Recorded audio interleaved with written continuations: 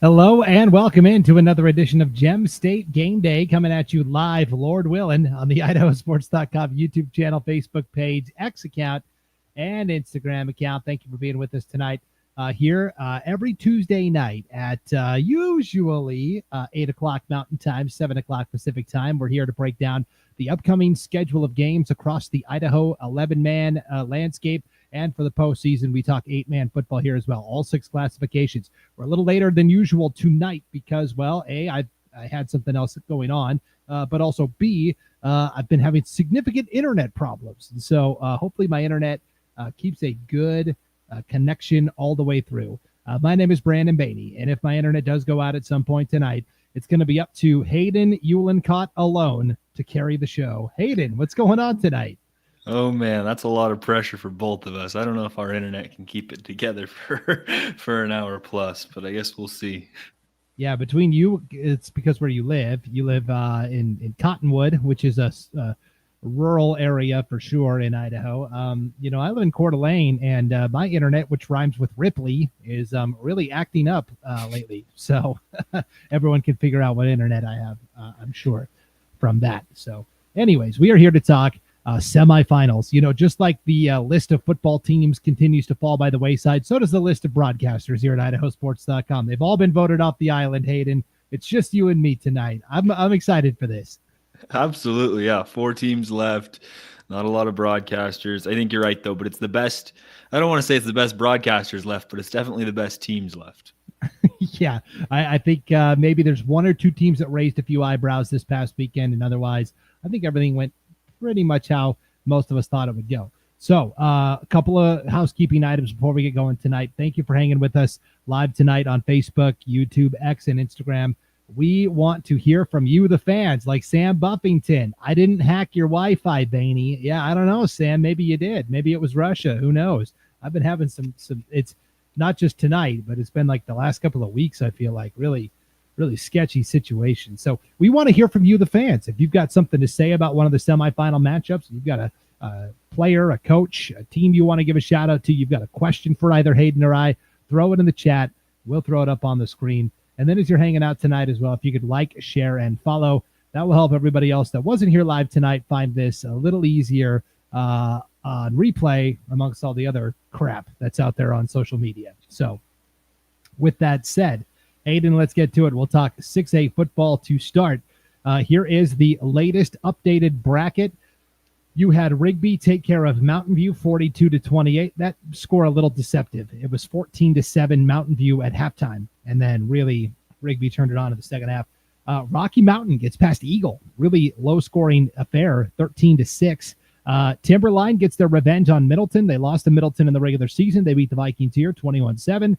And then Coeur d'Alene, no problems whatsoever with Madison. They blow past the Bobcats 42-14. What was the biggest thing that jumped out to you from this quarterfinal slate of action in the 6A ranks?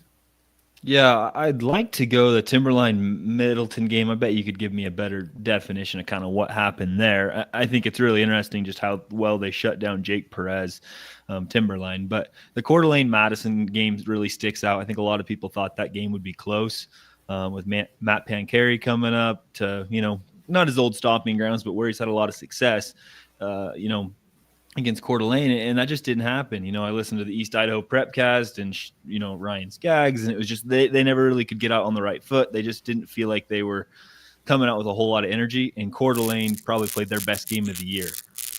Everything was clicking on all cylinders, offensively, defensively. It was just a really great performance from Coeur d'Alene, and they're kind of just clicking at the right time, and they're finally healthy too. So at Coeur d'Alene was super impressive for me. Yeah, let's take a look at that one first. 42-14 win over the Bobcats. Tanner Stern played exemplary at quarterback, 20 of 27, 4 touchdowns passing, ran for 90 yards, even contributed a tackle and a sack on defense. How many 6A quarterbacks are chipping in on the defensive side of the ball? None other that I can think of. Priest Palmgren ran for 117 yards on just 5 carries. And you're right, the 2 big guys that came back were Maddox Lindquist. You see at the bottom of the screen there, he had 71 yards receiving. Also, it kind of got cut off there, but he had 3 tackles and 3 interceptions on defense, Hayden. He had the hat trick in terms of defensive interceptions, and one of them he took back for a pick 6. He came back after missing a couple of games with an injury. That was a welcome sight. Ben Murray was back as well, who is probably their most versatile defender. He can play in the secondary. He can play up in the box as a linebacker. So those two guys coming back definitely helped. And I think Coeur d'Alene is just playing at the absolute, playing their best at the right time. Tanner Stern took over for Caden Simmons midway through the season due to an injury to Caden Simmons, broke his collarbone, and he has just flourished. And so Coeur d'Alene is playing absolutely outstanding. I was expecting more from Madison in this game. And I kind of talked, last week, they barely got past Boise in the opening round, which I was like, I don't know if that bodes well for this quarterfinal matchup. And Madison maybe a year away still. Micah Doherty, their quarterback, is only a sophomore, ended up throwing 4 picks, 3 of them to Uhlenkott, as we said. But for Madison, positive steps here, I thought, as they finish up the season with a 7-4 record. Here's Sean Kane in the chat. I got lots of questions. Sean, if you want to hop on and be another panelist on the show, I mean, the invite is open. I'll send it to you. If you're going to be hanging in the chat. I don't know if his voice can hold on to it. I don't know. That's true. He is sick. That is true. We need you to rest up for the broadcast on Friday. That's for sure. Okay, the other game, the next game you mentioned you wanted to tackle was this Middleton Timberline battle. Yeah, look at that. Jake Perez only held to 36 rushing yards. Middleton got the 1 touchdown right before halftime. Briar Bauman hit Talon Kaminsky. And at that point, it was 14-7. And so, and honestly, Middleton defensively, they kind of put the clamps on Timberline a little bit as well, right? Timberline only scored 21.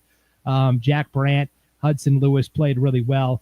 I thought that Timberline did enough to get Middleton out of what they like to do, but Middleton's defense definitely gave them a shot. And now, for Timberline, I feel like they're 9-1, and everyone is still like, yeah, you got to prove it still, because they don't have the history. This is the furthest they've ever been in the postseason. They don't get to the playoffs that often. And here they are in the state semifinals. Still kind of everyone's like, you got to prove it to me, which is kind of unfair. At the same time, they did only win 21-7, but Hayden, in the playoffs, style points don't count for anything. All that matters is you got the win. No, and I mean, if you stop probably, arguably a top 3 back in the 6A classification, Jake Perez. I mean, to hold him under 100 yards is impressive, let alone 40. I mean, it really takes a team out of their rhythm where, when they're one-dimensional and then that dimension is taken away from them, it's almost impossible for a team to have success. And then, on the Timberline front, having a versatile quarterback like Jack Brandt who can put up 100 yards on the ground, still being mobile, it bodes well in the postseason. And you're right. I think everyone wants to see Timberline just continue to prove it. And heading into this week against Coeur d'Alene, it's the exact same thing. Oh, well, you have to play Coeur d'Alene, who's always in these big games. Can you actually win the game? And I don't think anyone's going to believe it until it's, next weekend when we're on Gem State game day, and if they're in the game or not, or that we're going to be talking about, oh, well, they had a great season, but they couldn't finish it. Yeah, it's going to be really fascinating to see how that shakes out. So if we go back to this bracket here, Hayden, let's talk about the matchup at the bottom here then. Timberline and Coeur d'Alene. This is going to be Friday night at Donna Larson Park there at Boise State on IdahoSports.com.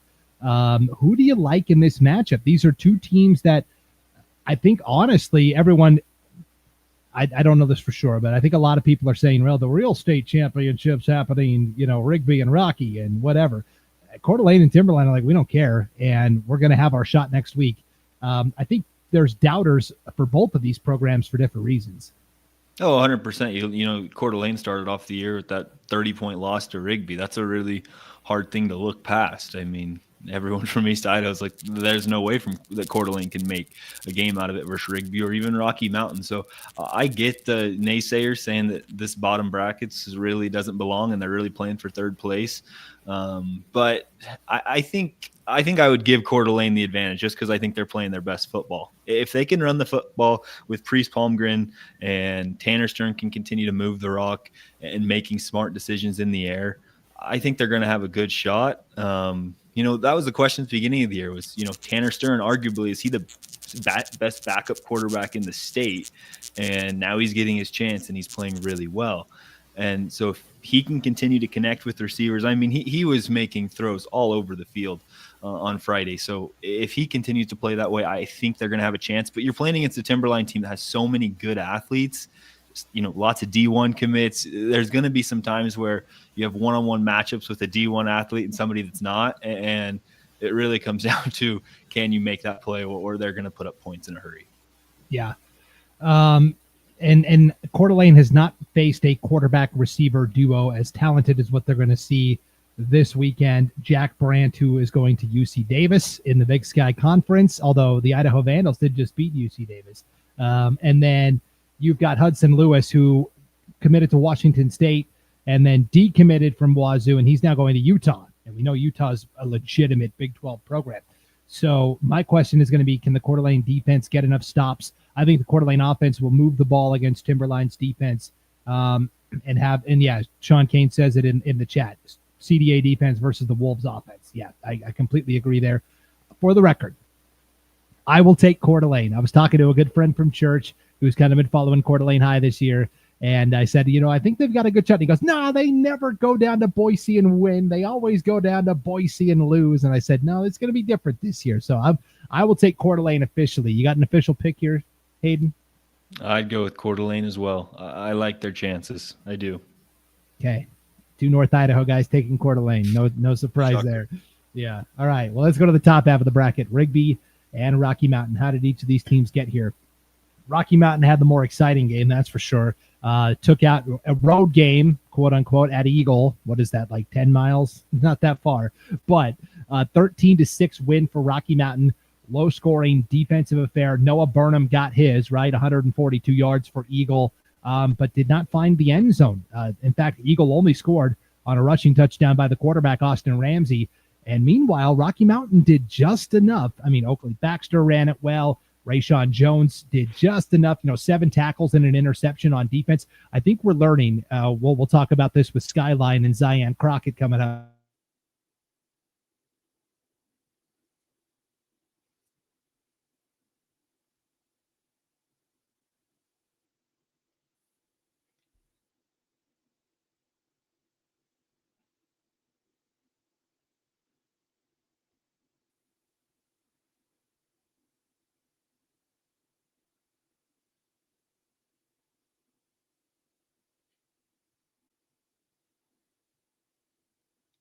Well, I think Brandon left us. That's fun. I think what he was getting at was that their defense, for Rocky Mountains really just turned it around against a high, explosive Eagle team. To be able to stop a team like that, I think it's impressive. And then on the other side of things, there was a huge play. I think it was the second quarter. It was either Noah Burnham or Austin Ramsey who were at the, running in at the 5-yard line, and somebody comes in, punches the ball out, and ends up going the other direction. That's 7 points the Eagle easily could have had. And on the flip side, that's 7 points that now Rocky Mountain has the win. And so that's a game that their defense gets a lot more credit. And it's, finally starting to become the defense that we thought it was going to be this entire time. And Brandon, you're back. How's it going? Can you hear me? I can't see myself on the screen. I'm on my phone, so Absolutely. Add me in there. Okay. Yeah, sorry guys, my internet went out. So thanks Ripley, Zipley. Anyways, okay. So I don't know what you said, but I'm sure it was all really insightful. What I was going to say, what was the last thing you heard me say? Oh, you were. I think you were leading to a point where you were going to say, Rocky Mountain's defense is just turning it around and playing great. And then I just added in that, Rocky Mountain had a fumble, made a huge play, and that's kind of what flipped the game. And they just become this team that's relying more on the defense, and they're becoming the team that we kind of thought they would be at the beginning of the year.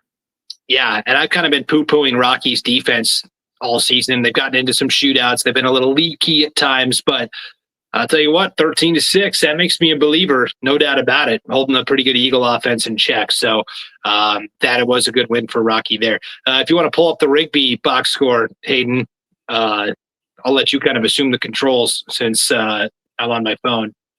Yeah. But Yeah, this was kind of a deceptive game here. Rigby and Mountain View, 42-28. Mountain View led this game 14-7 at halftime. Third quarter, Rigby ties it at 14. Mountain View quarterback Hank Nelson throws his only interception of the game. Rigby takes that takeaway. They score again. They're up 21-14, and it just seemed to light a fire under the Trojans from there. They end up winning going away 42-28. I think they scored on every drive in the second half.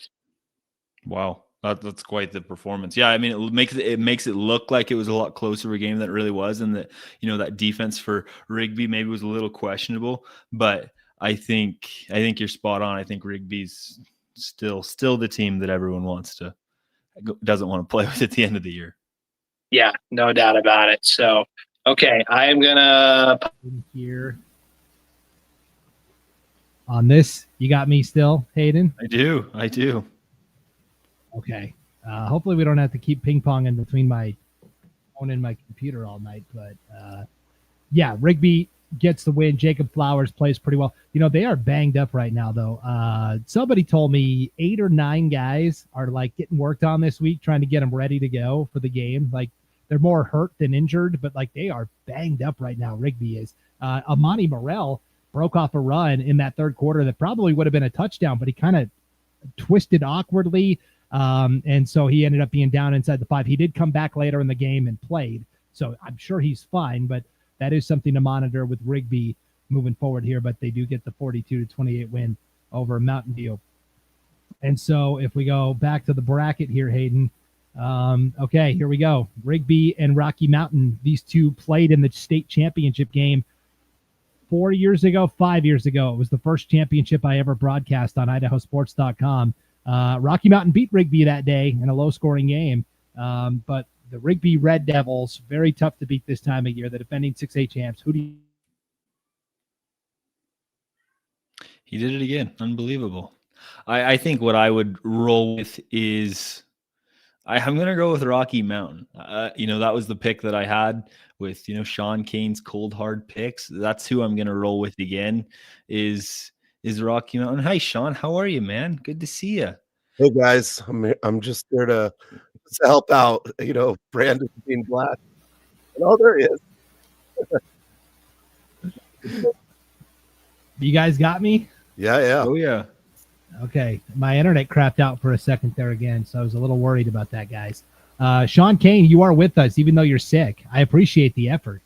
Yeah, I knew that East Idaho needed some reps here. We don't get enough anyways, right? And it's kind of like, anyways, I had a whole spiel, but I won't get into it. I don't want to get banned. Yeah.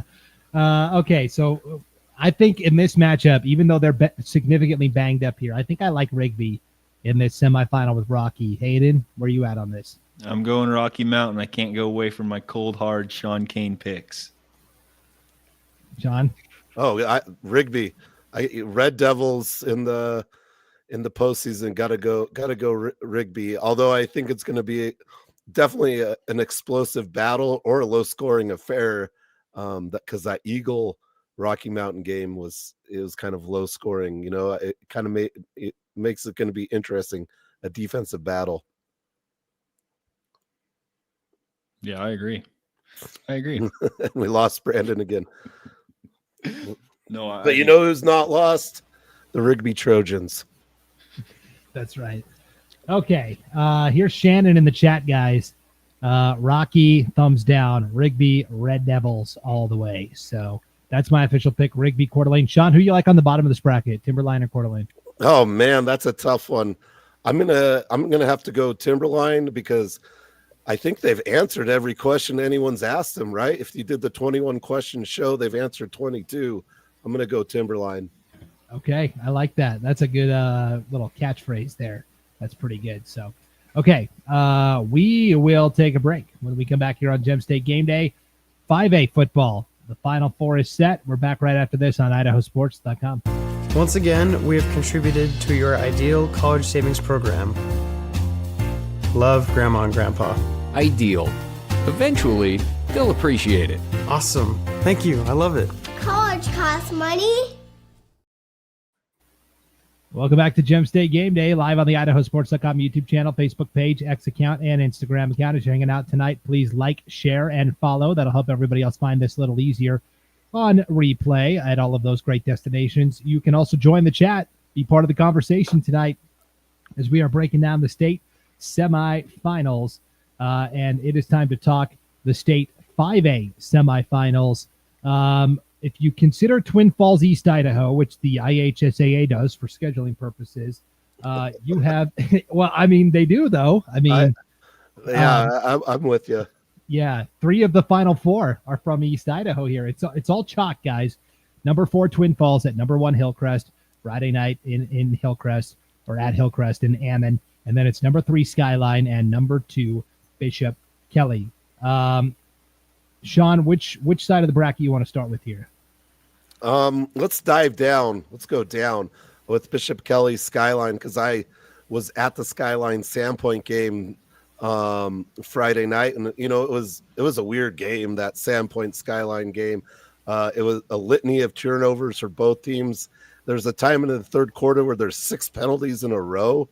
I think some people fell asleep, woke back up, and it was still in these penalties. But Skyline did a phenomenal job. I was impressed with Sandpoint, and if there wasn't these turnovers, I don't know if the score is that close. But Skyline's a team that if they don't have turnovers, their defense is very, very strong. Yeah, they played pretty well. Zion Crockett had, I think, at least from what I've seen, his highest number of rushes in a game this year, 15 of them for 86 yards and 2 touchdowns, caught a touchdown. John Giannini played pretty well.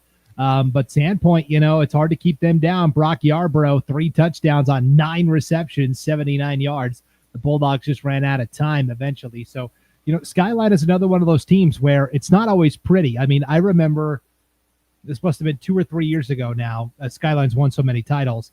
They just kept winning by the skin of their teeth every single week. And I kept coming on here and I kept saying, yep, eventually this is going to burn Skyline, and they can't keep winning like this. And they did. They won the whole thing. And now everybody thinks I hate Skyline because of that still, but I don't. I'm always very impressed with what Skyline's able to do. I will tell you, Brandon, that they did line up Crockett like in a power I run formation a lot. And then they also did a 5 receiver set where they put Crockett in motion, maybe throw to him, maybe hand it off on the motion. But they used him all over the place. They also put him on defense against Yarbrough in the backfield. So and also Zion punts it. So probably one of the most versatile players, along with Yarbrough, or he's super versatile too for Sandpoint. So it's fun watching those two go at each other. Yeah. Here's Kevin Buckout in the chat. 3 interceptions, just 1. Yeah, there's a good chance I made one of these for every single game. No disrespect to Come on, Kevin. Come on, Kevin. They had 3 fumbles. There's a good chance I just accidentally left that from somebody else's previous game, and so I apologize for the incorrect statistic there. Steven says we all like Skyline this week. Well, I don't know about we all. We'll get to that in a second, but definitely Skyline. It was a very impressive win, and they are moving on. So let's talk about who they will face. It is big, bad Bishop Kelly, 40-8. They take care of Blackfoot in pretty convincing fashion. Bishop Kelly is one of 3 undefeated teams remaining in Idaho high school football. Is that right? It's Bishop Kelly, it's Fruitland, Kendrick, right? Yeah, that sounds right. That's it. So we'll see if BK can continue. Ryan Arellano, 218 yards, 2 touchdowns on the ground. Workhorse back for sure. Here's the thing about Bishop Kelly. We mentioned Dom Woltheis a lot, as the receiver there. They've got another guy, Boston Husky, who's just as good. They've got 2 receivers you got to account for, and they still don't throw it that much. But when they do, Ben Avelis, look at that, 15 completions for 170 yards. I mean, that's more than 20 yards per attempt, which is just insane. And to take a pretty good Blackfoot team, I mean, look at this. Austin Arby, 1 pass for 2 yards. They held Esplin to 30 yards. Very impressive performance for BK here, Hayden. Yeah, I thought it was an interesting game.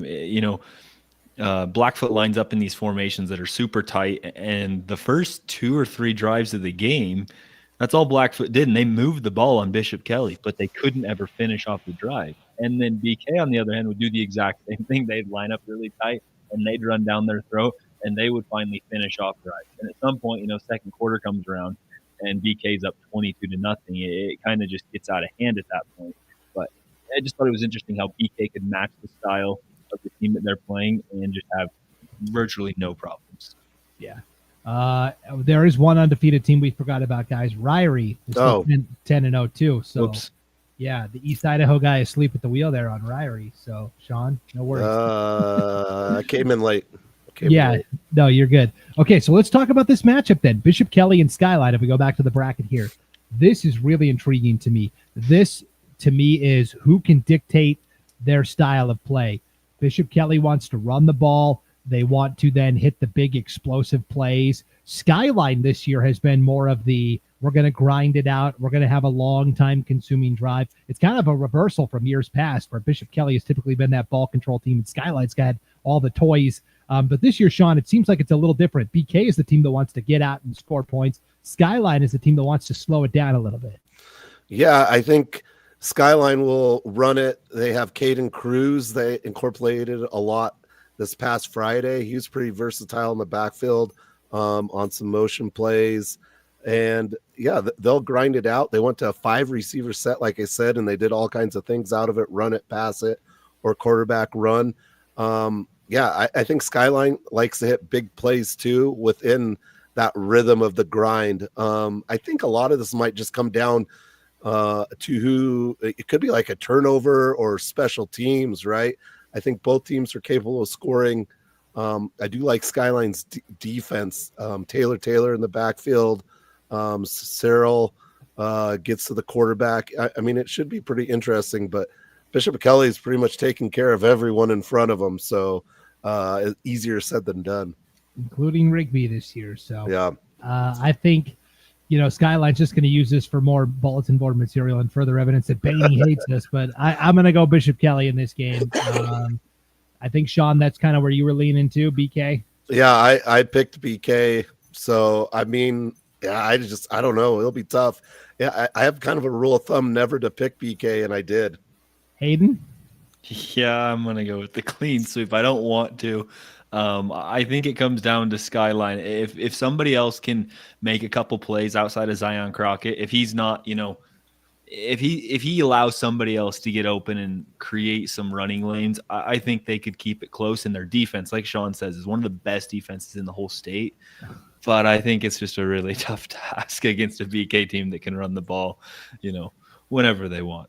Well, I got bad news for Steven. You're going to have to find some new comrades to like Skyline this week. We all go the opposite way. We all pick Bishop Kelly. Okay, top half of the bracket, guys. This is, to me, is a very fun matchup, too, because, well, it's a rematch from earlier this year. Hillcrest and Twin Falls got into a big shootout, and Hillcrest ended up winning by 2 scores. Let's talk about Hillcrest first.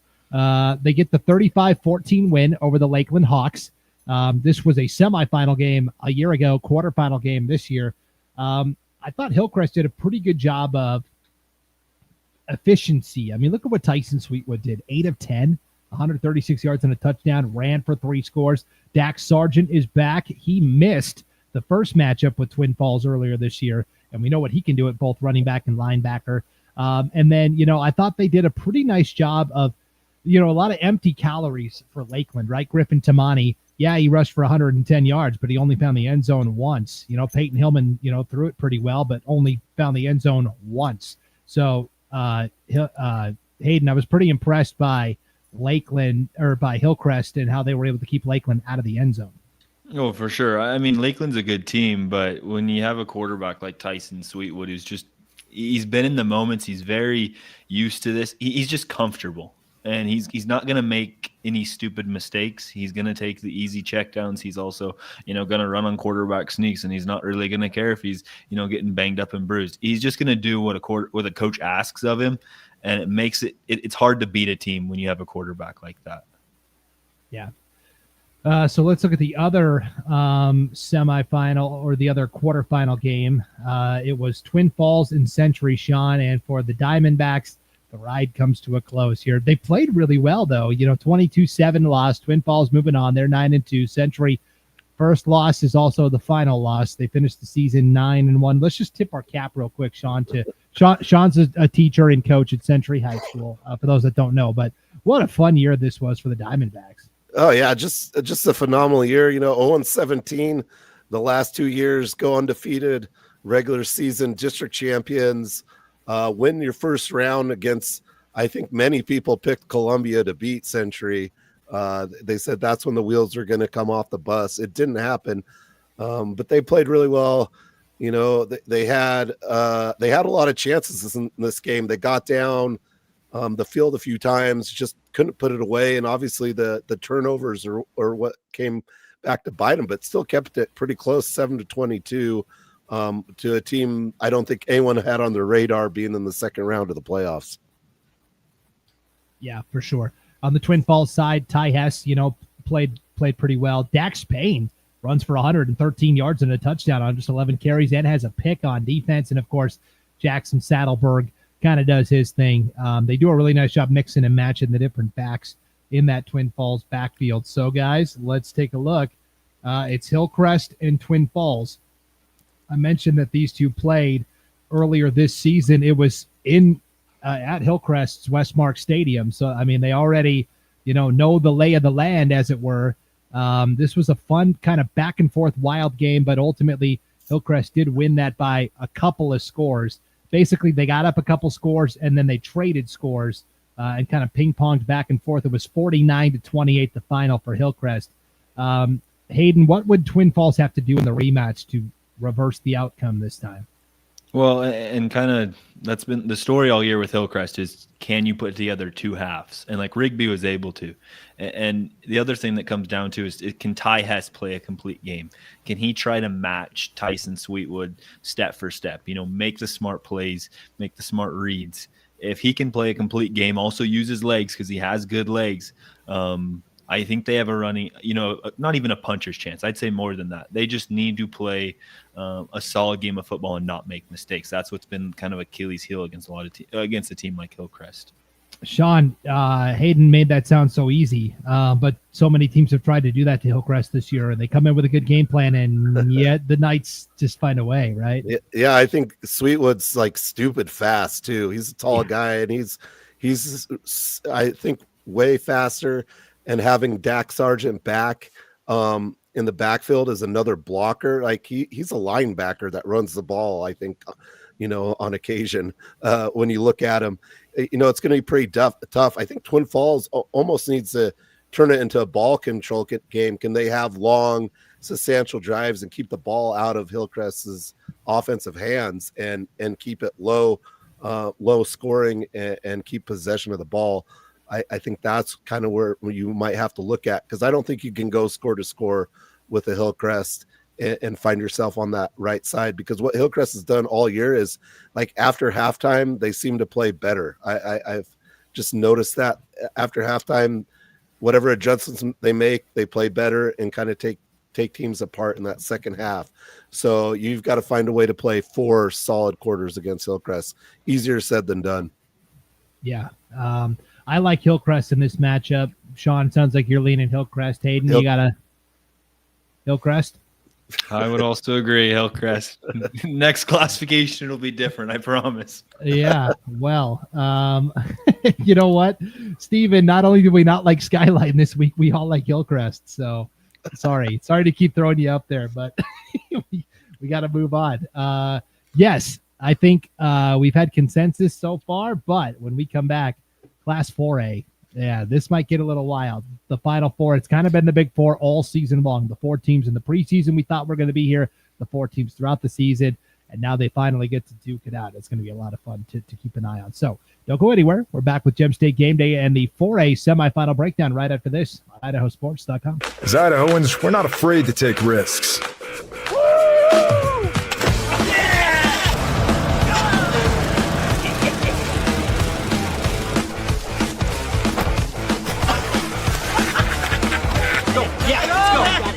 All the way. Go. All the way down.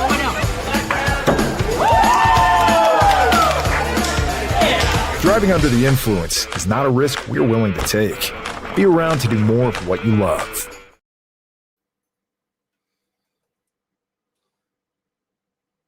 Facebook page, X account, and Instagram account. Brandon Baney with Hayden Uhlenkott and Sean Kane tonight. Sean Kane, like Joe Montana or Michael Jordan, gutting through the illness to Second deliver one. here. Yeah, as Chicago Bulls fan for sure. Okay, let's take a look at the 4A bracket here, guys. It is the final four of the top four teams. Fruitland and Kimberly at the top, the 1 and the 4. Sugar Salem and Homedale in that 2 versus 3 matchup here. We've got Steven in the chat. We talked about, none of us like Skyline. We all like Hillcrest. He says that works for me. So for sure. Okay. Let's talk about this 4A bracket. Hayden, where would you like to start, top or bottom? You're going to see a theme in this bracket, and I'm going to hold true to it. Kimberly American Falls. That's the game. Okay, let's go there first. So Kimberly, a 42-0 shutout of the American Falls Beavers. You see the stats for American Falls. Zach Grigg had a pick on defense, and that was pretty much it. Kimberly, meanwhile, what couldn't they do? McCrae Bruning, 20 of 29, 3 touchdowns, 199 yards, ran for 2 scores. Liam Browning runs for 111 yards and a touchdown. Quentin Pettingill caught 2 of the 3 touchdown passes, but man, they've got Titus Osterman and Joe Barrett, and Kimberly just looks so good. They had Bruning, missed the first 4 or 5 games of the season with that thumb injury. He's back and fully loaded. Hayden, this was an impressive performance. Oh, man. Yeah, I'm telling you, McCrae Bruning getting hot at the right time, finally back from the injury. You're getting the running game going as well. I think having Liam Browning running the rock takes a little pressure off the passing game and kind of makes them a team that's hard to prepare for. I think this Kimberly team is the real deal. Sean, American Falls, I thought, had a nice season. No shame in falling in the quarterfinal round. 8-3, and maybe take that next step next year. Yeah, I didn't know if American Falls would have enough to take on Kimberly, but Kimberly really balled out in this game. But American Falls, a great season, some great wins, and just a program that for a long time kind of was in the trenches is really starting to make some moves and do some really good things. So Kimberly gets the big win. They now get to face the top dogs from Fruitland. The Grizzlies played Buell in the quarterfinal round last week, guys. 41-27 victory for the Grizz. Titus Vidlak's going to be the 4A player of the year. He might be the best. He might be the best player in Idaho this year, just in terms of raw statistics. Look at this: 218 yards, 2 touchdowns passing, 144 yards, 3 touchdowns rushing. We could have put any combination of players below him. There's so many different guys: Phil Pott, Wilson, Kyson McKenzie's been balling out lately. Buell hung in there, right? Zach Azevedo threw 3 touchdowns, but look at what they did to Dallas Price, Hayden. He routinely rushes for 80, 90 yards a game. 4 carries, 7 yards. He did get the touchdown, but man, just, nothing going for that Buell run game. Yeah, that makes it tough on a quarterback. Let me ask you this, Brandon. Was this I didn't have time to watch this full game all the way through. Was this a close game all the way through, or was it kind of some garbage time points from Buell? Oh, man. That's a good question. I would never use the term garbage time, but. Well, I'm sorry. I think it was kind of close for a little bit, actually. Yeah, I do. Kind of what I thought. That makes my next pick a lot better. I'm happy about that. Okay. But the good teams do find a way to kind of pull, it's kind of like that Hillcrest Twin Falls game we were talking about earlier this year where Hillcrest did finally, or like Rigby and Mountain View, right? Mountain View led that game 14-7 at halftime, but Rigby, found a way to pull away. And this has happened in almost every Fruitland game this year. When they played Weiser, it was a close game for 2.5 quarters. When they played Homedale, it was close for 2.5 quarters. When they played Kimberly the first time. So, and then they just seem to, it's almost like in track and field, right? You're running the 4x1, and you get to the anchor relay, that fourth quarter, and Fruitland just sprints past everybody to the finish line. It just seems like they are able to finish so strong every single week. And so, okay, Hayden, you teed it up for us. You going with the upset special in that top part of the bracket? I absolutely am. I can't go away from Sean's cold hard picks. Yeah, really for the win.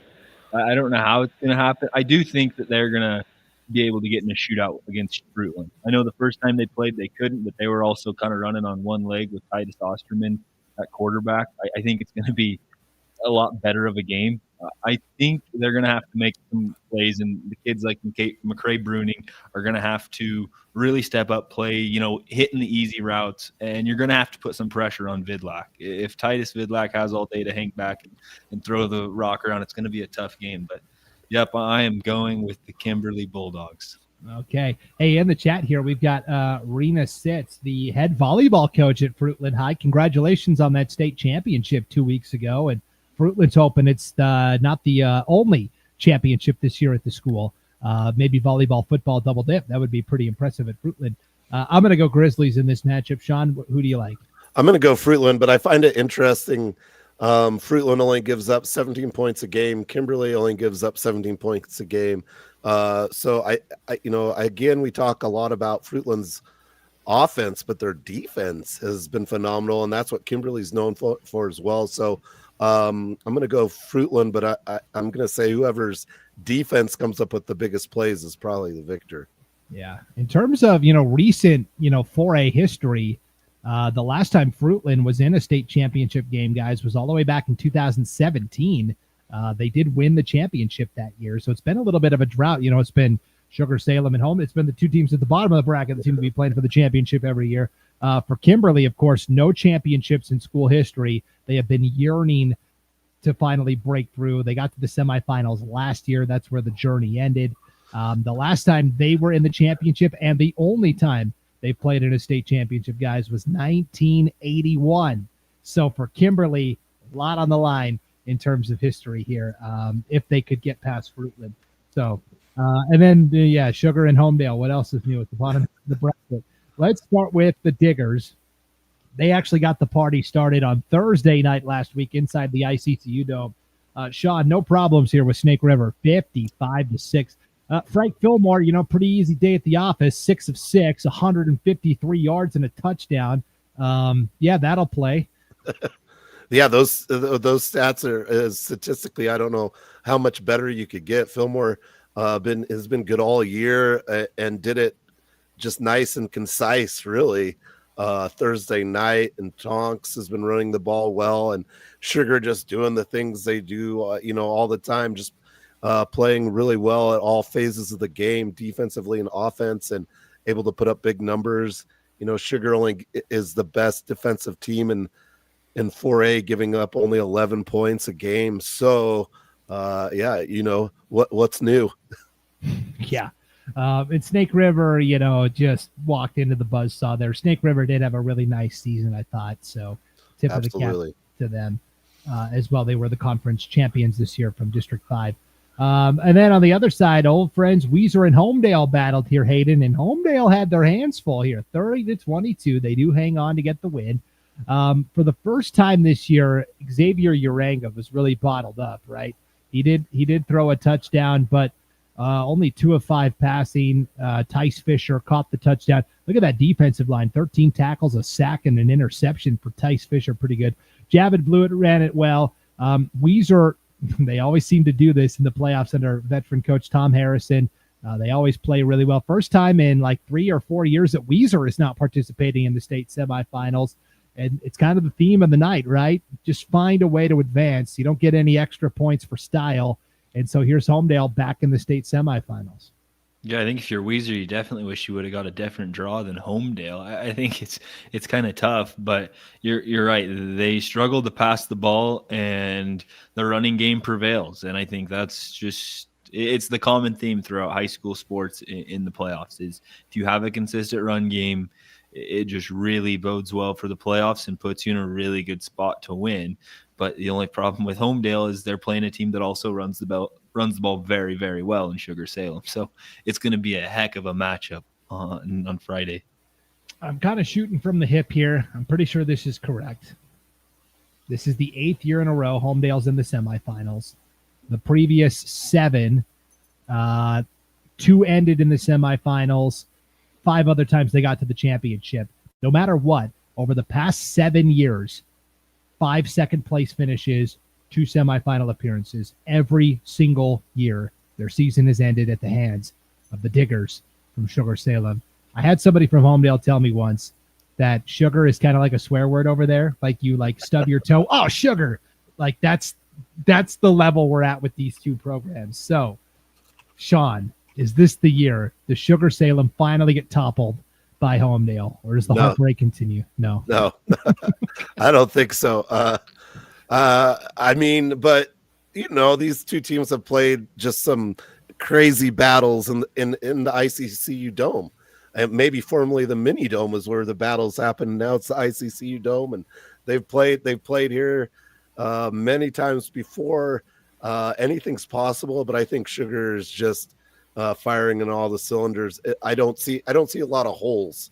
They dig them, but they don't have them.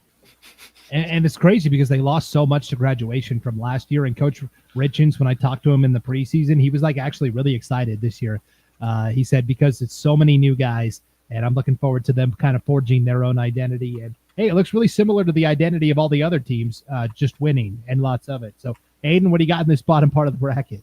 Yep, I'm gonna go Sugar. You look at they just don't play close games, which I don't mean that as a discredit to Homedale. Not saying this won't be a close game, but like they just get up on teams and they shut down what they do on offense, and then they just run the ball and no one can stop it. It's just a tough team to play against, and it's year after year the exact same result. I'm gonna go Sugar. Yeah, Sugar clean sweep. And hey, you talked about how Sugar likes to run the ball. If you like teams that like to run the ball, wait till you see the Final Four in the state 3A playoffs. These might be the quickest games of the weekend, the way these teams line it up and run it. We will talk about the 3A semifinals when Gem State Game Day continues right after this on IdahoSports.com. Once again, we have contributed to your ideal college savings program. Love, Grandma and Grandpa. Ideal. Eventually, they'll appreciate it. Awesome. Thank you. I love it. College costs money. Welcome back to Gem State Game Day, live on the IdahoSports.com YouTube channel, Facebook page, X account, and Instagram account. Brandon Baney with Hayden Uhlenkott and Sean Kane rocking on through the night here, talking the 3A state playoffs. Here's Gabe Montero, nasty lineman for those Ryrie Bulldogs. Let's go, Bulldogs. Yes, so much to talk about in this 3A Final Four. Before we do, though, I'd like to remind everybody, if you're hanging out live tonight, we want to hear from you in the chat like Gabe just did. Talk about your favorite team, player, coach, etc., or ask us a question or give us your opinion on how you think these semifinal games might go. Also, if you could like, share, and follow, that will help everybody else find the replay of this a little easier on YouTube, Facebook, and X. Guys, here is the 3A Final Four. It was almost all East Idaho for the second year in a row, but Nampa Christian topples North Fremont. North Fremont, despite being the higher-seeded team, had to go to Nampa to play this game because Nampa Christian was a district champion. So it's Nampa Christian taking on West Side inside the ICCU game. And then Aberdeen and Ryrie as well in the Dome on IdahoSports.com. In fact, IdahoSports.com is broadcasting every single semifinal game in some form or fashion this weekend. Proud to do that once again. So 4 teams that really like to run the ball. Nampa Christian is a little more diverse in terms of the passing. Ryrie and Aberdeen never throw it. West Side will throw it, 5-6 times a game. Little bit. Nampa Christian, they throw it 10 times, and it's like, oh my gosh, they're like the Kansas City Chiefs out there. They're just the Oregon spread of 3A. Yeah, they're just slinging it around the yard. So, Sean, you want to start top half or bottom half of the bracket? Oh, we got to start bottom with Nampa Christians, and taking down North Fremont. I think that was maybe the biggest upset of the 3A tournament. Really, I mean, I think everyone had North Fremont dialed in, and Pete Dice, I love that name, the quarterback for Nampa Christensen. He had a phenomenal game. Yeah, there's his numbers: 14-21. 296, 3 TDs, and also got it done on the running side. But 21 throws, Brandon, that's a little more than 10. Yeah, that's true. I may have undersold it a little bit. So Nampa Christian, that might as well be 70 passing attempts a game. So Ian Johnson, no, not that Ian Johnson, not the guy that played at Boise State. This is a different Ian Johnson, but he runs it like the Boise State Ian Johnson, 116 yards on 16 carries. Dylan O'Brien, really underrated. We haven't had a chance to talk about him as much as I would have liked to this year. He's been basically a varsity starter since his sophomore year. Wide receiver, DB, kicker, punter. Really does a lot of the unsung things for this Nampa Christian team. Owen Reed found the end zone twice for North Fremont. But, yeah, this was a shocking result. The one that raised probably the most eyebrows statewide over the weekend was this Nampa Christian result. And so the Trojans are into the semifinals. This is fairly uncharted water for Nampa Christian. Of course, they almost beat Declo last year in the quarterfinal round. They have not been to the state semifinals, guys, since 2015, and they have only been to the championship game twice in their history. In 1981, when they won it all, and then the last time they played for a state championship, they were an 11-man football team, and it was in 1996. So you're talking, 31 years that Nampa Christian has been in a state championship game. Standing in their way is the team that always seems to be in the state championship game, and usually the team coming home with that blue first place trophy, the West Side Pirates. West Side picks up another strong, impressive win over the West Jefferson Panthers, 37-14. Really bottled up Justice Burton Shaw, who had rushed for 1,000 yards on the season for West J. They hold him to 56 yards. Drake Sage and Micah Benavidez are this year's two wingbacks. They love running that wing tee.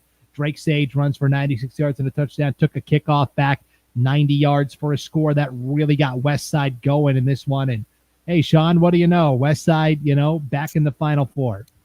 I mean, West Side's won 10 state championships, 7 of them under their current coach, Moser. Once West Side gets inside the dome in the fall, it's tough for everyone else. I don't know what else to say. It's one thing, what's coming. It's another thing when you just can't stop it. And I think that's what West Side has proven time and time again. It's not like anyone's showing up and like, oh wow, West Side's doing the wing tee. Wow, we didn't game plan for this, right? I mean, it's coming.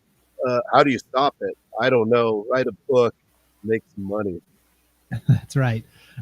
West Side has been in the state semifinals 13 of the past 15 years. They had a really down time from 2015 to 16 where they missed the state semifinals 2 years in a row. But then they've made it the last 8 years running. A real down time. Yeah, exactly. Wow. Exactly. By their standards. So West Side 8-1. Their only loss this year came to South Fremont, of all teams. We talked about that quite a bit on Gem State Game Day when that happened. That was way back in September. They have not lost since. And so West Jefferson as well, little hat tip. Very nice season for the Panthers this year. They finished 8-3. Okay, all the chatter in the comments is about the top half of the bracket here. Chase King says, Ryrie got by lucky. Kennedy says, New Plymouth did amazing. And Gabe Montero wants to know, could we get an Ian Johnson state championship? Ryrie's Ian Johnson versus Nampa Christian's Ian Johnson. Ooh. That would be, yeah, let's talk about it. Let's talk about who's proposing at the end of it. Wish Ian Johnson. Yeah, that's right. That was almost as famous as the actual play itself. Okay, let's talk about, let me find the graphic. New Plymouth and Ryrie. This was a really, really close game, Sean. 20-18, the final. It came down to the 2-point conversions, basically. Ryrie was 3 for 3 on their 2-point conversions. And New Plymouth, late in the game when they needed to convert, they were not able to. And that was basically the deciding factor. I mean, it was as close as it could be. And New Plymouth is, if you had New Plymouth at this stage in the playoffs, almost winning on your bingo card, I think you won, right? New Plymouth played amazing. Ryrie really not been in danger all year in any sort of game. Kind of took their first chip, and it was just close. It was just back and forth. And like you said, those 2-point conversions are really what made the difference. So, you have to tip your hat to New Plymouth, but Ryrie moves on, and they'll have a tough opponent. Really impressive performance by New Plymouth and first-year coach Brody Von Bredhorst to go to the ICCU Dome, almost knock out Ryrie, the top dog, the undefeated team. I mean, I was really impressed. Hayden, I feel like I haven't gone to you much because it's been all East Idaho chatter here. Let's talk about who Ryrie will get to play. An opponent they're somewhat familiar with, Aberdeen. Aberdeen goes up to Priest River, all the way to Priest River on Saturday. They get a 28-12 win. The Tigers, they've got a bevy of ball carriers. You see Max Clausen there, found the end zone twice. Eric Alvarez scored. They've got Jeremy Partida. They've got they've got Tannen Nelson, who lines up at fullback. They give it to him every once in a while. This is an Aberdeen team that just loves to run the ball. This Ryrie Aberdeen game, like it might be over in like an hour, the way these two teams run the rock. Hey, that makes it easy for a broadcaster. I still can't get over how Sean picks the one team that isn't from East Idaho. He avoids all the teams. He goes to Nampa Christian and leaves me with the East Idaho teams that only run the ball. They pass twice a game. It's so hard to stop. And it's the same thing. Like, they're going to run the ball, and can you stop it? No, the answer is no. Even with travel, heading up to Priest River is not an easy task. I mean, a lot of these East Idaho teams always get a host first round, second round, even championship games. It's always at Holt Arena or ICC Arena or Dome. I think that it was a change up for somebody to have to travel all the way to the very top of Idaho. And I think it proved a lot out of Aberdeen. I think it was a huge win for them. I think they got a lot more out of that win than, say, a West Side. I wouldn't say the same for Ryrie, because Ryrie was put to the fire against New Plymouth. But I think it was a huge win for Aberdeen. Yeah, Aberdeen 7-3. I was actually broadcasting this game for IdahoSports.com on Saturday in Priest River. The Aberdeen secondary played outstanding, played exceptionally well. And their offensive line really, paved the way. For Aberdeen, they'll plot it for 2 yards up the middle, but they'll break one. If they break one to the outside, they've got the backs to score, certainly.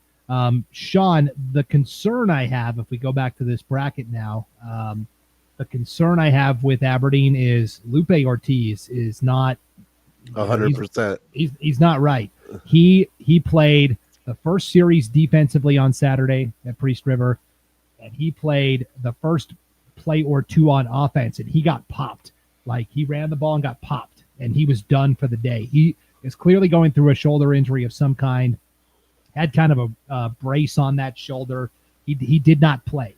Now, Isaac Driscoll comes in and runs the offense really well, and I think they're different skill sets. Driscoll can do some things differently than Lupe Ortiz. Lupe Ortiz can certainly do a lot. And they kind of play the exact same position, safety and quarterback. So you're plugging one guy in for the other, but it's not apples to oranges. So I just wonder if we could continue to move on in the playoffs, if Lupe Ortiz is not 100%. And it's not like you could be a quarterback who's a dual threat and you could still, if your shoulder's hurting, you could still run the ball or be in there as a decoy.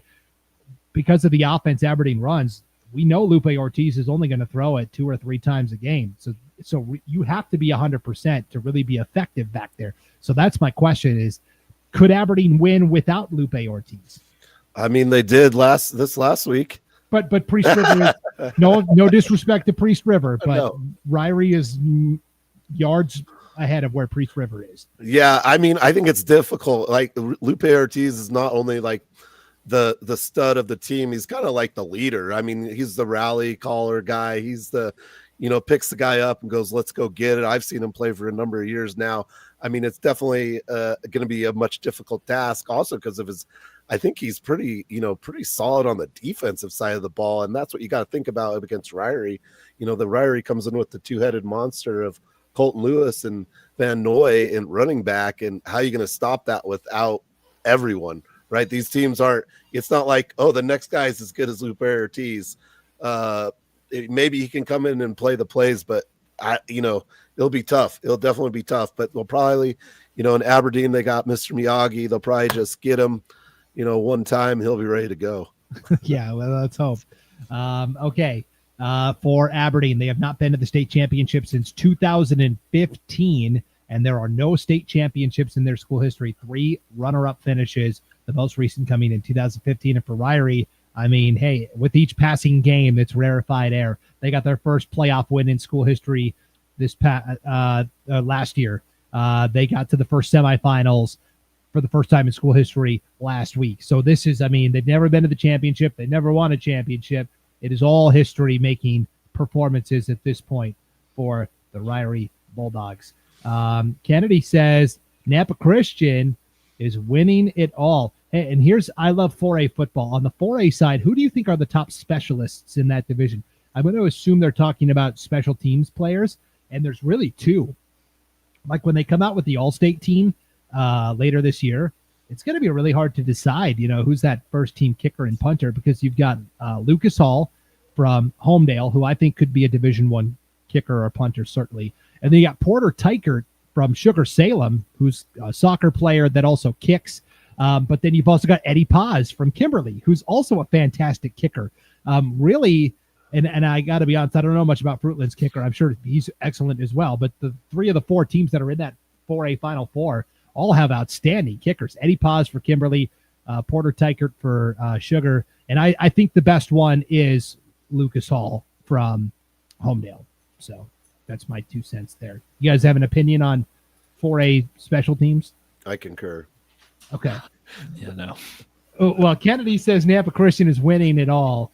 What do you guys think? What is your championship prediction here, Hayden? Okay.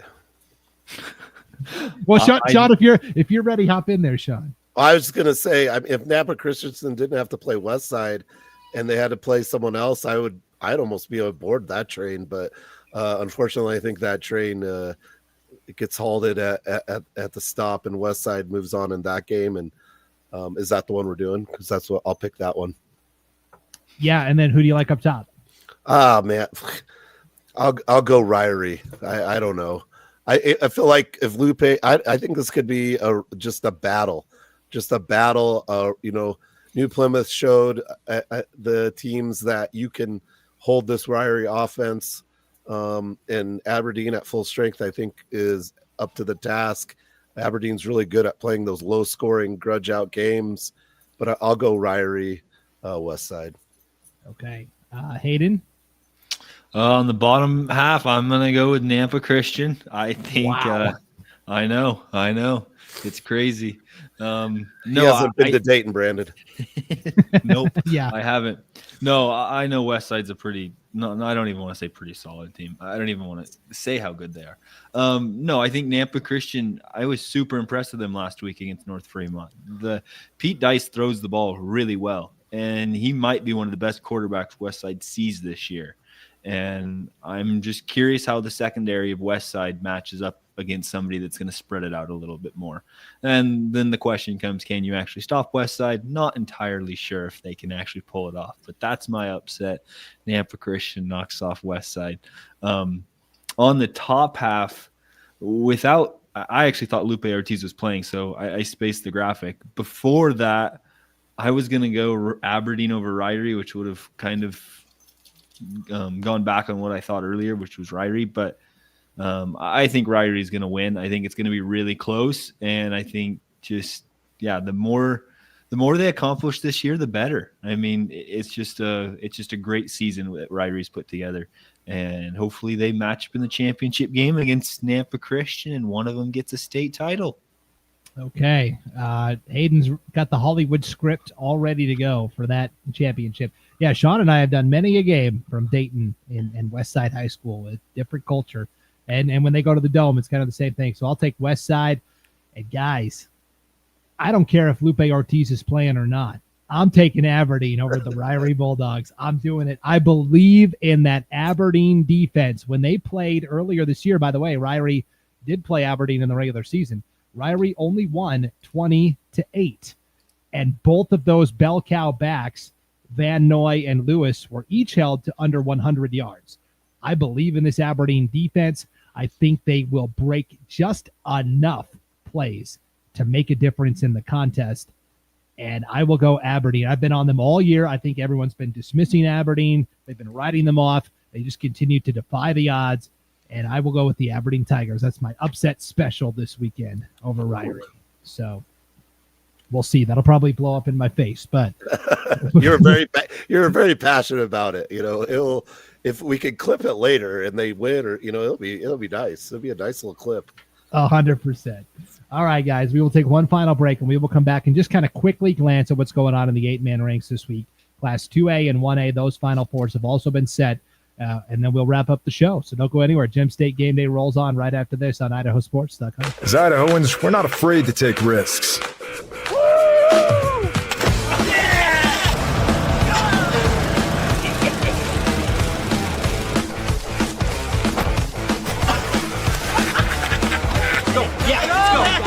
All the way. Go. All the way down.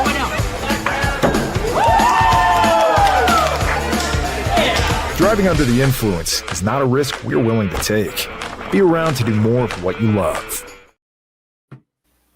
Welcome back to Gem State Game Day on IdahoSports.com, live on the IdahoSports.com YouTube channel, Facebook page, X account, and Instagram account. Brandon Baney here with Hayden Uhlenkott and Sean Kane. One residual Class 3A comment. This is from Paul Kingsbury, who was on the call for Nampa Christian and North Fremont last Friday. He says, after watching Nampa Christian best North Fremont, I'm a believer in their offense and defense. I think it will be a closer game than people are thinking, and I can see Nampa Christian winning. So he's drinking the Kool-Aid with you, Hayden. Hey, somebody's got to do it with me. I can't drink it all by myself. Me and Kimberly too. It's a crazy pick, I know. Oh, you guys are on a short name, Kim. You guys are on a short name basis. I like it. Wow. Yeah. Close. Okay. Well, guys, let's talk 8-man football here. We'll kind of just briefly go through these matchups. If you want a more intensive discussion of Idaho 8-man football, you can tune into the Idaho 8-man Prepcast tomorrow night, live on the IdahoSports.com YouTube channel, Facebook page, X account, and Instagram account. All of these same great places. It'll be myself and Coach Lane Kirkland, and will Henneke ever come back to do the show?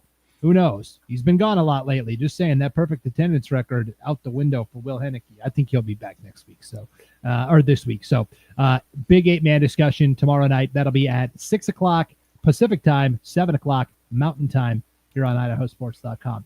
Let's start with this 2A bracket. It is Kendrick and Grace, the 1 and the 4, and it's Cammy I and Logos, the 2 and the 3. So 3 of the 4 teams from this is your chance, Hayden, to flex a little bit. North Idaho finally coming through here. 3 of the 4, and you were on the call for that 8-man triple header this past Friday at Bengal Field over there in Lewiston. So it'll be good to get your insights. Let's start with the first game of the day. It was Kendrick and Notice. I left Coeur d'Alene as the game was kicking off. By the time I got to Lewiston, there was a minute left in the contest, and they put up an 80 burger. Yeah, it was. They did score 6, but that's okay. Oh, Notice did. Yeah, sorry, 80-6. That's it. That's all right though. But no, it was a typical Kendrick game. I don't know. Kendrick played good. I will say for Notice, I think it was a great season. It was. I talked with Charlie Shepard Jr. a lot last week, and it was a good thing for Notice. It was a trip that they weren't sure. They had a pretty good feeling they probably weren't going to win. But if you want to beat the best, you have to play the best. That was kind of his mindset.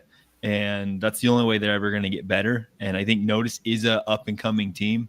Mark Lungu played really well. He's the running back for him. He's a load. He definitely moves some Kendrick Tigers. But, yeah, Kendrick played well. I don't know. I don't know what else to say about him. They're good. Yeah, not much more needs to be said.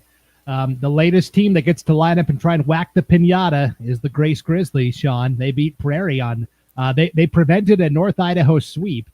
They get the 40-16 win.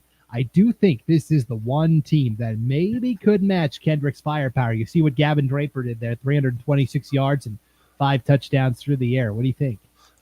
Grace's defense was phenomenal. Draper surpassed 5,000 yards career passing in that game, so that was a pretty cool thing. The defense of Grace is really what gets everything going, and then Draper kind of finishes home. Our IdahoSports.com player of the game that was Parker Yost. He had 3 sacks and caught a touchdown, and he was just all over the place. And Carter Kimball came back. He had been hurt, so that was a big add. And I wish Grace was on the opposite side. I really think Grace is the second best team left of the Final Four. I know Hayden and Ryan will not agree with me there, but I do think Grace, I would love to see Grace have to face Kendrick in the championship and not this game. But like Coach Draper said, it's kind of like the 1980s, U.S. hockey team, right? That's how he kind of looks at it going up to play Kendrick. Like no one thought they would beat the Russians, and they did. So, that's why you play the games. Okay, Sean just compared the Kendrick Tigers to the Russians, the Soviet Union Cold War Russians. I don't think anyone would disagree, to be honest with you. I do. That's a good analogy there. Everyone's trying to knock them off. They are the supreme power. Bottom half of the bracket, Hayden, will continue the good times here with North Idaho. You had Hagerman and Logos. Logos got that 66-14 victory. You were on the call for this one as well. Give me an idea of what they're doing with the quarterbacks. Sensing will take snaps. Baxter Covington will take snaps. They both contribute. They both do a lot. It's a lot of confusion for the defense, right? This game wasn't that confusing. Joseph Sensing, he actually got hurt like maybe 3/4 of the way through that opening quarter. And so him and actually their other running back, Ole Sundley, he actually got banged up too. So they both sat on the sideline for the entire, really 3 quarters. I think they're going to be probably playing this Friday, but they didn't play. And so Baxter stepped in and he played obviously really well. They just do a lot of different things. They have him coming in jet sweep motions going and then throwing the ball. It really keeps the defense guessing. They never really know it's coming, but I think Joseph Sensing is the guy. But just because of injury, Baxter had to step in and play, but they just blanked Hagerman. It was surprising. I really expected that game to be close. And 10 minutes into the game, it was 22-0. And we were like, holy cow, I don't know if Hagerman even has a chance. It was just a really impressive performance from Logos. Yeah, for sure. Okay, last game was Kamei. Despite being the higher seeded team and 9-1, they had to go all the way to Malta to play Raft River. They get a 44-16 win, loss in Landmark, 298 yards, 4 touchdowns passing, 10 tackles, and interception on defense. Really, it's the Kamei defense, right, Hayden? We talk about all these good playmakers on offense, but to me, the Kamei defense is really what drives the engine. No, absolutely. This defense is lights out. They've proved it. Outside, literally against every single team they've played except Kendrick, where they're holding teams under 20 points. Damian Ochoa is the leader of this group. He's the middle linebacker. He's been playing football for only like 2 years, and he's a phenomenal player. He leads the group, and then you have kids like Lawson and Everett that fly around on the back half. Same with Gavin Schoening. They're good, and they're a tough team to play against, and it's going to be fun to watch them against Logos. Yeah, well, let's get to the bracket then and make our official predictions here. Let's start with the Russians. Here's Wendy Clemenhagen, the Russians. She loves it. Go Tigers. I think it's going to be – I'll go first here. I think it's going to be Kendrick, and I would love to – Logos has been the one team that pushed Kendrick this year, right? So that rematch would be good. Something tells me, though, it's going to be Kendrick Kamei in the championship. I like the top 2 teams. I like Kamei to win on their home field Friday night. And so I will take Kendrick and Kamei. Hayden, what about you? I will go Kendrick. Sorry to burst your bubble, Sean. I really don't think it's going to be that close.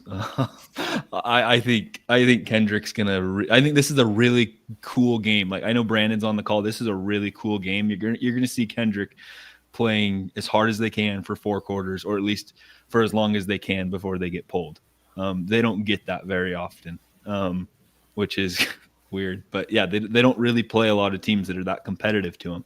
And so I think it's just going to be a fun game. You're going to see all these athletes playing their best football. So I'd pick Kendrick on the bottom half. I'm going to go Logos. Kamei is good. Kamei is good, but I think they played Logos when Logos was at their worst. That was by far Logos' worst game of the year. Kamei, arguably, that was their best game of the year. I think Logos has just gotten a lot better throughout the year. And I don't think Kamei hasn't. I think Garrison Bretz has done a phenomenal job, but Logos is just really starting to find their rhythm. Okay. And Hayden is going to Cami Friday night. Pro tip: if it's somewhere you're going to broadcast, pick the home team. Yeah, it's all right. All right, Sean, what do you got here? I'll go Kendrick and Logos too. Okay. I thought I was teeing you up for the big Grace pick, but I mean, I don't know. I'm trying to win. I don't need a speech. I just like to win. Last, just for history's sake, Kendrick, of course, been in the championship a lot. Logos has never been to the championship. They've only been playing football at the varsity level for 3 or 4 years now. Cami hasn't been to the championship since 2012. So for Cami, a chance to maybe, get to their first championship in some time. They actually won it all in 2012 when they got there. And Grace's last championship wasn't that long ago. Actually, it was 2022. And they had to play Oakley that year in the championship, and they lost. So that's what's on the line there. Okay, 1A state playoffs, guys. We'll just start at the top of the bracket and work our way down. I think it'll go kind of in order of excitement. Really, each side of the bracket had one exciting game and one kind of, whatever game. Here is the first game we'll look at then. Garden Valley and Council. Council, no problem here, 46-8. Here's what was interesting, Sean. The Council coaches, Owen Hatfield, stud QB, 2 for 2, 64 yards and a touchdown, and then they pulled him. He was healthy. He wasn't injured. They pulled him and gambled basically that, hey, we can win taking our running back, Jim Tucker, and putting him at quarterback and just running it and saving Owen Hatfield for the semifinals and the championship. Very risky. It works here, though, 46-8. I've never heard of that before, though, pulling the QB when he's healthy to save him for potentially the semifinals and the championship. Yeah, I mean, you would think you'd want your quarterback to get the reps in, right? This is, you want to have those opportunities to make those plays and see how things are going to pan out.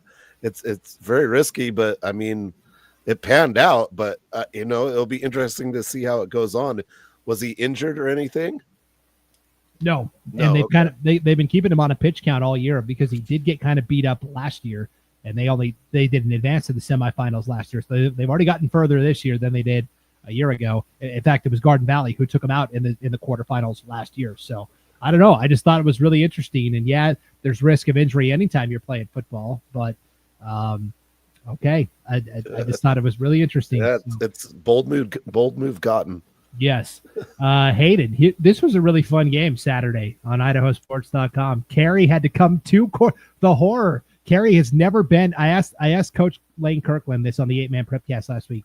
In your entire career coaching as an assistant or head coach, did Carey ever have to go to District 1 for a playoff game? And he said no. He said the furthest we ever had to go was basically the Kibbe Dome. So this was the first time maybe ever Carey had to come all the way up to District 1. They had to go to Worley and play Court of Christ. They almost lost 40-36. Court of Christ nearly had them. But the Saints ran out of time, ran out of steam late. And so now my question is, does Carey get challenged again against a really good Council team? This game was really fun. And for the first time this year, Carey really had to throw the ball. I mean, they threw it 19 times. I don't know if Jonah Saili, he usually throws it like 7 or 8 times, half of that total. So really fun game. Court of Christ gave them everything they got. Is there a blueprint that Council can apply to what Court of Christ was able to do? Well, I think Owen Hatfield does have the capabilities of Grant Clemens. He can throw the ball. I would say Grant Clemens is a very good passer and very accurate. But I think they have the receivers and the playmakers to do it. But I think it comes down to, can you stop the run? If you can stop Stockton Steers, I think you're going to have a really good chance. I think this is going to be a heck of a ball game between Council and Carey. And I mean, yeah, Carey kind of reminds me of the 3A classification. They just fit the whole East Idaho mantra. Just they never have to go up north, and they just run the ball. And most of the time it really bodes well for them, and they just have a lot of success. And so, yeah, I think it was a good game for them and a really good challenge for Quarter Christ. I mean, yeah, Grant Clemming gets, hit out, knocked out of the game on the last play of Quarter Christ on offense. And, if he plays that fourth down play, maybe Quarter Christ is the team that we're talking about winning. Like, Quarter Christ was a lot closer to winning this game than people think. Yeah. Two quick notes here. They did kick off one time to John Danke. He took it back 60 yards for a touchdown, and they said, we're not doing that again. We'll kick it out of bounds rather than kick it to him. And you're right. Grant Clemens did get hurt on third down as Quarter Christ was trying to rally late. And because the game was stopped due to an injury, he had to leave for that fourth down play. So that Council Carey matchup is going to be really fascinating at the top. Okay, at the bottom half of the bracket, Tri-Valley, no problems with Deary. This was the other game you were broadcasting, Hayden, 82-32. What'd you think of, I call it the law firm, Wagoner, Noah, and George. They all run the ball exceptionally well. Wagoner's the quarterback. Noah and George are the tailbacks. And what'd you think of the law firm?